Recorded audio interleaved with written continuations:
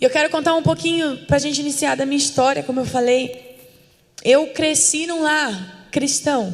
Não nasci, mas eu cresci, porque quando os meus pais se converteram, eu só tinha 4 aninhos. Então, quando eu já entendi, eu já estava na igreja. Eu cresci ouvindo a palavra e nesse ambiente, né, maravilhoso que é a presença de Deus. Então, desde muito nova eu ouvia, eu conhecia, eu sabia as histórias da Bíblia. Eu tinha um contato com isso. E eu ia para a igreja sempre com os meus pais, todo domingo e alguns outros dias na semana. E aí eu fui começando a ter entendimento, né? Com 7, 8, você começa a entender o que está sendo falado ali. Eu sempre me interessei muito. Mas quando eu fui chegando às 10, 11, eu via que na minha igreja os pré-adolescentes, né, na cidade, pré-adolescente, a maioria estava ali porque os pais estavam os levando. E a gente acha que não, mas para pensar, quando você tinha 10, 11 anos, você já entendia bastante coisa. Eu tenho um irmão da cidade, ele é super apaixonado por Jesus, ele é um adorador, ele é profeta, é lindo. Mas eu, nessa idade, eu comecei a ver que a maioria das minhas amigas que estavam na igreja vinham, mas não queriam, não tinham interesse em estar ouvindo a palavra. Elas ficavam lá atrás com os menininhos, brincando, conversando, e entre as meninas. E eu, que era muito interessada, comecei a meio que chamar a atenção mais, sabe, para brincadeira e para estar lá falando de coisas aleatórias, aqueles assuntos de quem está entrando na adolescência. E aí eu comecei a me dispersar um pouco de Jesus, porque na verdade eu ainda não tinha tido o meu encontro pessoal com Ele. Eu ia desde criança porque os meus pais me levavam e eu estava ali porque eu tinha que estar. Mas chegou uma idade, chegou um tempo da minha vida de 12 para 13 anos, que foi aí que eu digo que eu me converti a Jesus. Porque eu já era cristã, eu estava ali, mas nessa idade eu comecei a entender e querer ter um encontro pessoal e uma história minha com Ele. Foi nesse período a gente mudou de ministério, de igreja, o Senhor nos direcionou a ir para um outro ministério, e lá eu fui totalmente impactada com uma realidade diferente. Eu comecei a ver jovens que eram apaixonados por Jesus e que estavam ali de todo o coração. E aí o Senhor começou a me levar mais profundo, a partir dos meus 12 anos. Logo depois, em pouco tempo, que eu comecei a ter essa fome, essa sede, e buscar Jesus no meu secreto, eu e Ele, o Senhor começou a fazer coisas na minha vida, assim, muito loucas, coisas que mudaram o meu destino. O que eu vivo hoje é fruto desse período. E eu lembro que essa fome, essa sede no meu coração me levavam a passar horas lendo a palavra e adorando e querendo ficar só no meu quarto com Jesus. E aí chegou um dia em que o meu pai sentiu do Espírito Santo que eu deveria pegar um violão que eu tinha, um violão rosa que era só de decoração, e fazer alguma coisa com ele, tocar aquele violão. Deus falou para o meu pai: a sua filha vai tocar violão, então fala para ela pegar, tirar de cima do armário que estava empoeirado e fazer alguma coisa, começar a tentar aprender, porque eu vou ensinar para ela. E meu pai chegou para mim e me deu esse recado de Deus. Só que não fez nenhum sentido para mim naquele momento, porque eu não sabia nada de música, eu não tinha a mínima ideia de como tocar violão, nem teoria musical, nada, minha família nunca foi musical. Só que eu ainda falei: pai, então me coloca numa aula de violão, né? E ele falou: não, a gente não pode colocar numa aula agora. Deus falou que o Espírito Santo vai te ensinar, então pega e obedece e vai tocar. Eu, mas o que eu vou fazer? Eu não sei o que fazer, eu não sei onde colocar o dedo, eu não sabia nada. E aí, em obediência àquela direção, eu sempre fui obediente ao meu pai, graças a Deus, eu falei: ele está mandando, eu vou ter que dar um jeito. Eu comecei a me virar, eu tentava na internet, eu comecei a pedir ajuda de umas amigas que tocavam, até que um dia uma amiga minha me ensinou um louvor que era o mais fácil, segundo ela, 3 acordes assim bem fáceis. E aí eu fiquei treinando aquilo em obediência. Meu pai me deu até um prazo para aprender. E um dia, depois de uma semana, alguns dias treinando, eu conseguia já tocar. E aí eu comecei a ver que meu dedo estava me obedecendo. Eu falei: legal, agora eu vou cantar aquele louvor. E aí na hora, Deus simplesmente apagou qual era o louvor que eu estava tocando. Saiu da minha mente, assim, eu tive um branco total. E era um louvor bem conhecido, que a gente sempre tocava. Até hoje eu não sei qual é, nunca mais lembrei. Eu lembro que na hora, no dia, eu fiquei assim, agora eu tô conseguindo tocar. E eu gostava de cantar desde criança, mas era muito tímida, só cantava escondido. E aí eu pensei, agora que eu vou poder tocar, cantar junto aqui, estava só eu e Jesus no meu quarto. Eu não lembro, eu entrei no MSN, mandei mensagem para essa minha amiga, qual era a música? E ninguém lembrava, ninguém me falava. Pai, você lembra qual era a música que a Mariana me ensinou? Enfim, liguei para todo mundo, eu não consegui. Falei, quer saber? Eu desisti. Falei, eu vou cantar o que vier na minha cabeça. Agora eu estou tocando, eu quero cantar. Então eu vou cantar para Jesus o que eu senti. E nesse dia Deus me deu a primeira composição da minha vida. Eu comecei a cantar e foi muito louco, porque veio uma música completa, assim. Quando eu terminei de cantar, eu falei, caramba, isso tem uma estrofe, tem um refrão, Eu falei, isso é uma música. Eu fiquei pensando, né? Mas eu falei, não vou falar isso para ninguém, porque eu não tinha coragem de cantar nem na frente dos meus pais. Então eu não queria que ninguém soubesse. Só que o meu pai, como eu falei, tinha me dado um prazo para eu aprender. E já estava no limite desse prazo. Ele falou, 10 dias, uma semana, foi uma coisa assim, eu não me lembro bem. E aí, eu lembro que ele chegou do trabalho, né, um dia dessa semana, e me perguntou, e aí, você já está tocando violão? Já está na hora. Aí eu falei, pai, já estou conseguindo, estou começando, tá indo. Ele, eu quero ver. E aí eu peguei o violão, toquei e cantei, eu não sei como, na hora ali, eu consegui cantar a música que eu tinha feito. Só que eu não falei que era minha, nem pretendia falar. E aí, quando eu terminei de tocar, meu pai, que queria tanto ver eu tocando violão, ele esqueceu sobre o violão, não queria. Ele focou na canção, porque ele foi tocado por Deus ali. Eu lembro como se fosse ontem, eu estava sentado na mesa de jantar, meu pai na outra cadeira. Quando eu terminei, ele estava chorando muito, e tocado por Deus. E realmente a presença de Deus encheu aquele lugar, a sala, assim, na hora que eu estava adorando aquela música. E aí, quando eu terminei, ele só falou, de quem é essa música? Aí eu falei, ninguém. E saí correndo. Não, ninguém. Já não queria falar de jeito nenhum, que vergonha dizer que era minha. Sei lá, não sabia se ele tinha gostado. Não sabia se ele estava chorando na presença ou de tão ruim que era. Aí ele falou, Luma, essa música é muito linda. Eu preciso ouvir esse louvor, me fala de quem é. É da Heloísa Rosa, né? Ele começou a insistir que era da Heloísa Rosa. Eu, não é. Ele, então de quem é? Eu falei, pai, eu não quero falar dessa música, eu vim só te mostrar que eu estou tocando violão. E ele, tá bom, parabéns, mas eu preciso ouvir esse louvor. Deus falou muito comigo. Aí eu falei, pai, esse louvor não existe, tá? Respira fundo, não existe. Esquece. Isso foi só uma brincadeira aqui, que eu estava ali à tarde adorando e tal. E contei para ele que eu fiz, mas não existe. E aí ele ficou, o que? Você que fez esse louvor? Ele não acreditou. E, gente, a música é muito simples, não é nada disso que vocês estão pensando.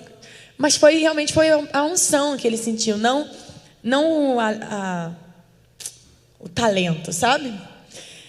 E aí, depois desse dia, meu pai falou que a música era linda, e depois eu fiquei pensando nisso. Eu falei, caramba, Deus me deu uma música, um louvor. E aí, depois disso, eu já não queria saber mais, nem lembrei. Por isso que até hoje eu não sei qual era o louvor.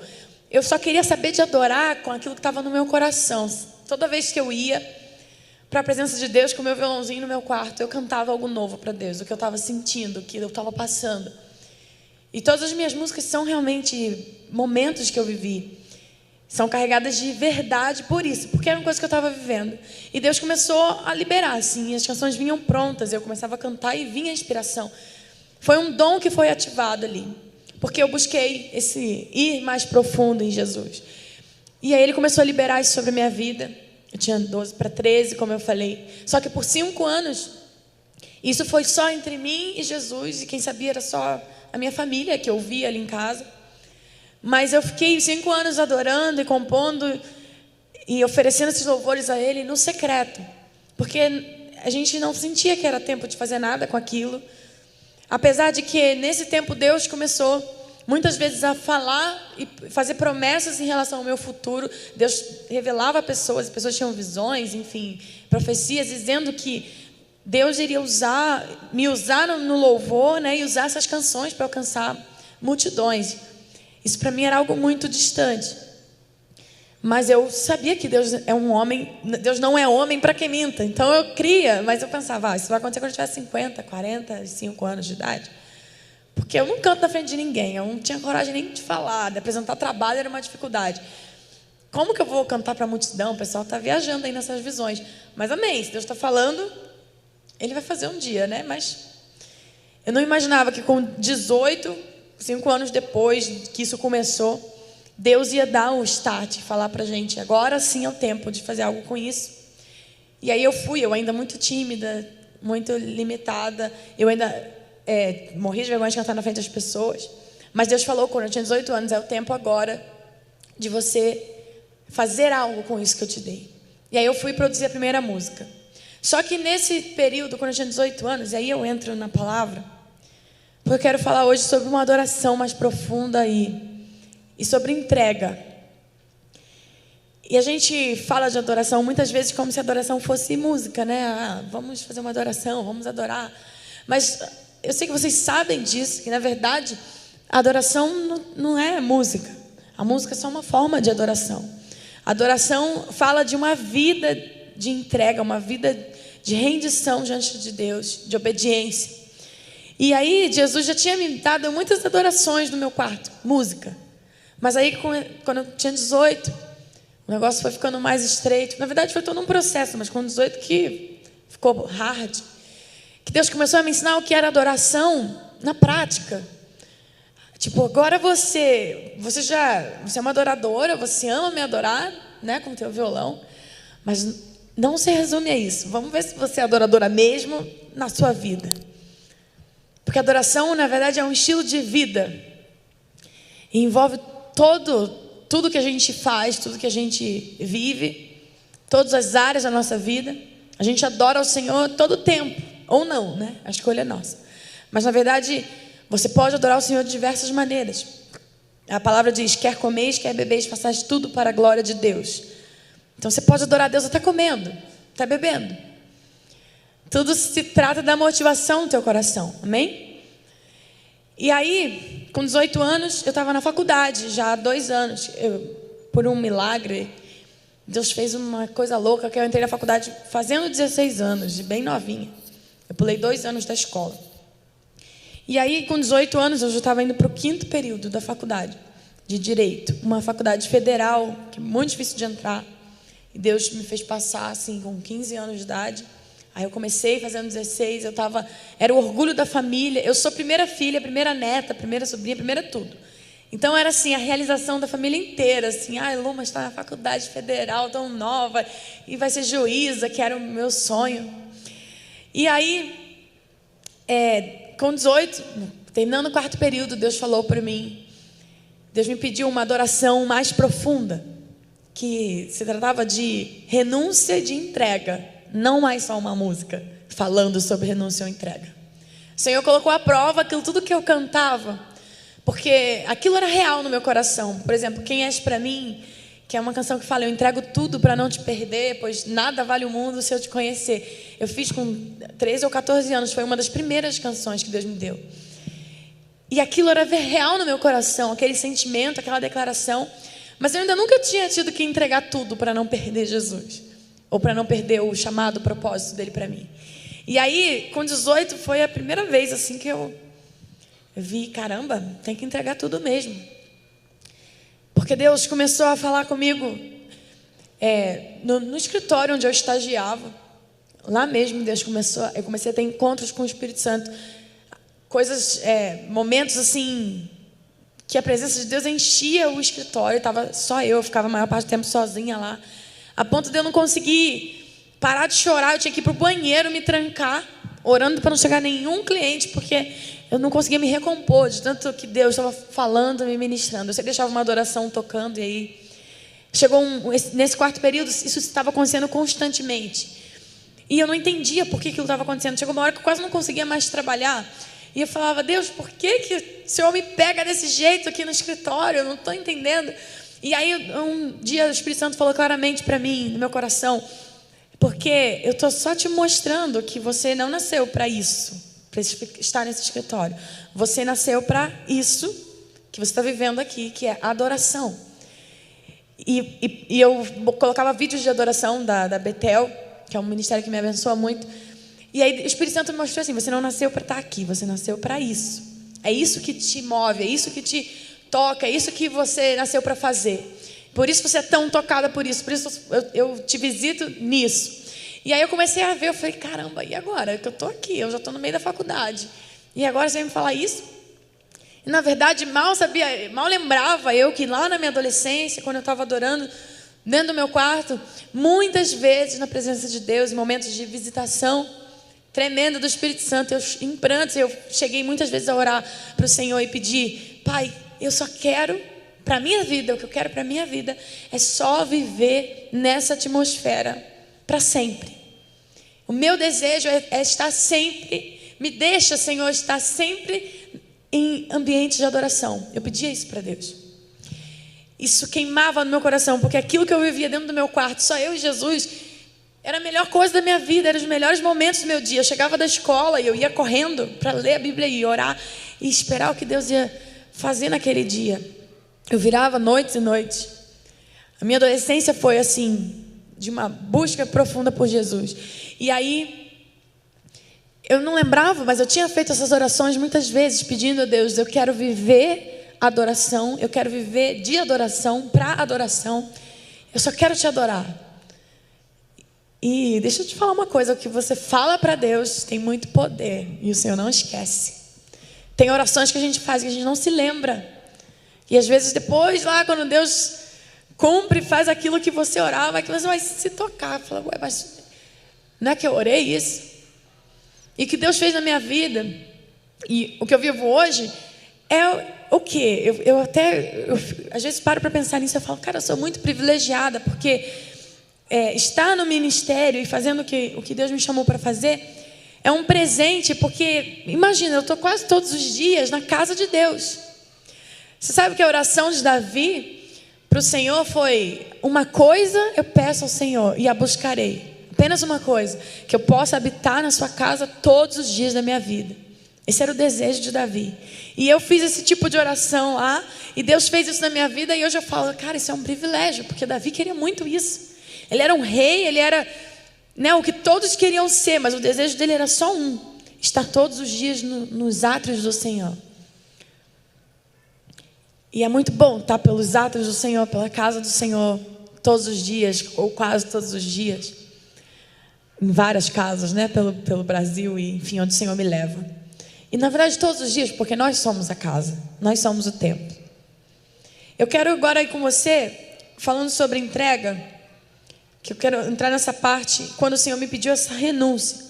Quando Deus começou a falar isso comigo, sobre a faculdade, Ele falou e Ele repetiu e Ele confirmava, e eu sentia muito forte no meu coração que eu não deveria estar, que eu não estava num lugar onde eu deveria estar, que eu deveria abrir mão do meu sonho para viver o sonho de Deus. E aí eu falei, Senhor, como eu vou dizer isso para os meus pais? Como eu vou falar para o meu avô, que era o mais orgulhoso de todos, que eu estava seguindo a carreira dele, os meus pais que estão se sacrificando para eu estar aqui estudando? Como eu vou dizer que o Senhor pediu para eu abrir mão disso para fazer algo que eu nem sei o que é? Porque Deus não me falou o que Ele ia fazer. Ele só falava assim: esse não é o seu lugar, esse não é o seu lugar. E eu sentia que eu precisava abrir mão daquilo. E eu falei, Senhor, então fala, Senhor, com os meus pais, porque se você falar com o meu pai, com a minha mãe, é o maior sinal que eu preciso. E eu também não corro risco de apanhar. Aí eu orei e continuei, esperei no Senhor.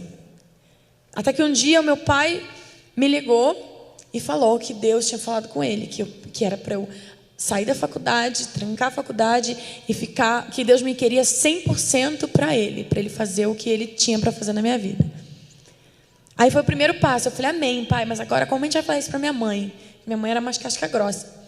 Aí ele falou, vamos orar, que Deus vai falar com ela também. Dito e feito, passou mais 1 ou 2 semanas e a minha mãe, Deus falou com a minha mãe também, e eles vieram falar para mim, para eu fazer aquilo que Deus estava falando para eu fazer. Quando Deus nos dá uma direção, Ele não é Deus de confusão, amém? Eu costumo dizer, principalmente para jovens, se Deus te mandou fazer algo, se é Deus que está falando com você, te dando uma direção, com certeza o Senhor vai testificar no coração dos seus pais, dos seus líderes, dos seus pastores. Esse é o maior sinal Se houver confusão no meio aí, se eles não sentirem de Deus, não abençoarem, você ouviu errado. Amém?